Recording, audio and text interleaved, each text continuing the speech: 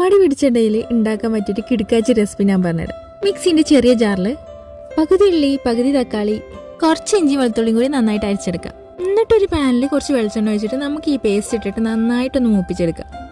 അതായത് ഇതിന്റെ പച്ചമണമായിട്ട് നന്നായിട്ട് കുക്കാവണ വരെ ഒന്ന് വഴറ്റിയെടുക്കാം. എന്നിട്ട് കുറച്ച് ഗരം മസാല, മഞ്ഞൾപ്പൊടി, കുറച്ച് അധികം മുളക് പൊടിയും കൂടി ഇട്ട് നന്നായിട്ട് മിക്സ് ചെയ്തെടുക്കാം. എന്നിട്ട് ഇതിലേക്ക് കുറച്ച് വെള്ളം ഒഴിച്ചിട്ട് നന്നായിട്ടൊന്ന് വേവിച്ചെടുക്കാം.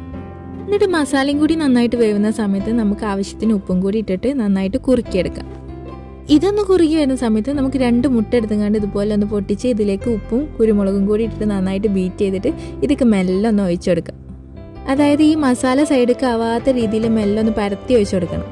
ഇനി വേറെ പരിപാടിയൊന്നുമില്ല, നമുക്കിതൊന്ന് അടച്ചു വെച്ചിട്ട് വേവിക്കാം. ലോ ഫ്ലെയിമിൽ വേവിക്കാൻ മറക്കരുതേ. ഇനി നമുക്കിതൊന്ന് തിരിച്ചിട്ട് കൊടുക്കാം. നന്നായി വേവാണ്ട് മറിച്ചിട്ടാൽ ഇങ്ങനെ ഇരിക്കും. ദേ സാധനം റെഡിയായി. ഇനി കറിയൊന്നും വേണ്ട കേട്ടോ, ഇങ്ങനെ തന്നെ കഴിക്കാം. അപ്പോൾ അടുത്ത വീഡിയോയിൽ കാണാം. ബൈ.